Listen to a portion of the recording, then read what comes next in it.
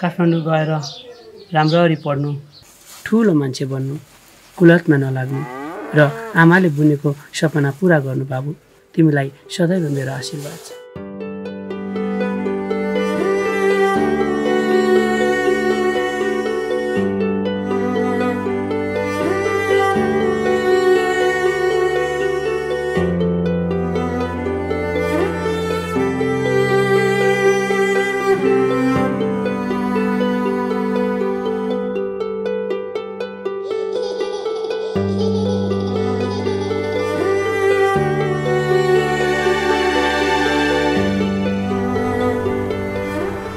तिमीले एसई त राम्रो अङ्क ल्याएर उत्तीर्ण भयो। सायद तिम्रो आमा आज बाँचेकी भए कति खुसी हुन्थ्यो।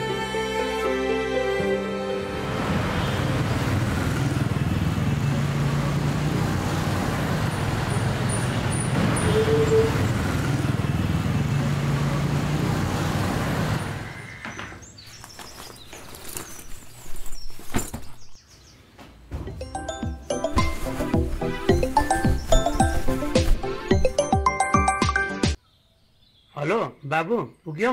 बुवा म पुगेँ। राम्ररी बस है। हस् बुवा।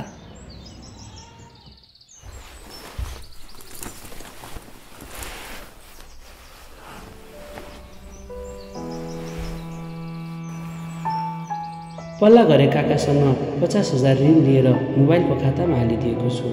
त्यही खाता चलाउनु, यही पैसाबाट कलेज भर्ना गर्नु, मेरो चिन्ता नलिनु।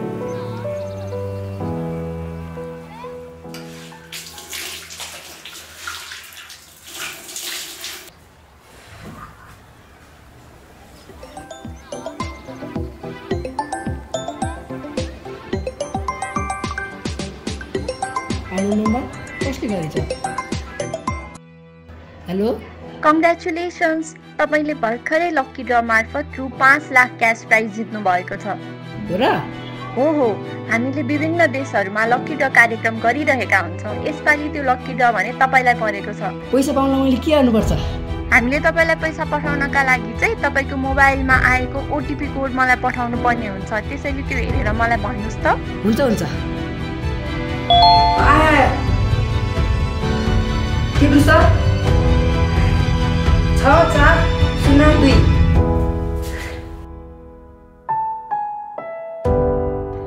अब त घरको ऋण पनि तिर्ने भयो। बुवाको अनुहारमा खुसी छाउने भयो।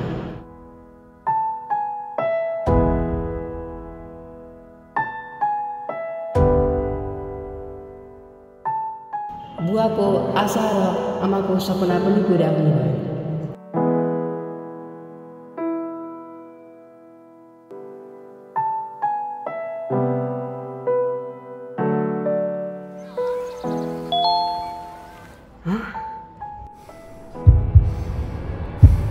पल्ला घरे काकासँग 50,000 ऋण लिएर पल्ला घरे काकासँग 50,000 यही पैसाबाट मोबाइलको खातामा चलाउनु, यही पैसाबाट चलाउनु, यही पैसाबाट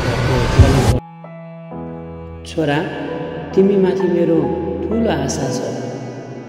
यो घटना नेपालमा हुने हजारौं साइबर क्राइमहरूमध्ये केवल एक मात्र हो।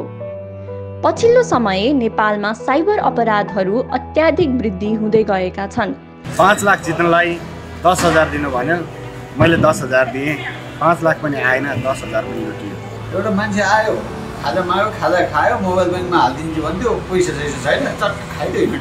एकाउन्ट नम्बर माग्यो, एकाउन्ट नम्बर दिनु, उसमा पैसा हालिदिने है। त्यही पैसा पाउने आशा उल्टो म स्क्याम भयो। अनलाइन सपिङ गर्दा अनलाइन पेमेन्ट गरेको थिएँ, पछि त मलाई ब्लक हाल्दैछ। यसरी चाहिँ ठगी गरिएको अनलाइनबाट चाहिँ त्यति भरपर्दो माध्यम चाहिँ देखिएन। साइबर अपराधको बढ्दो खतरासँगै हामी सबैलाई सजग रहनु आवश्यक छ।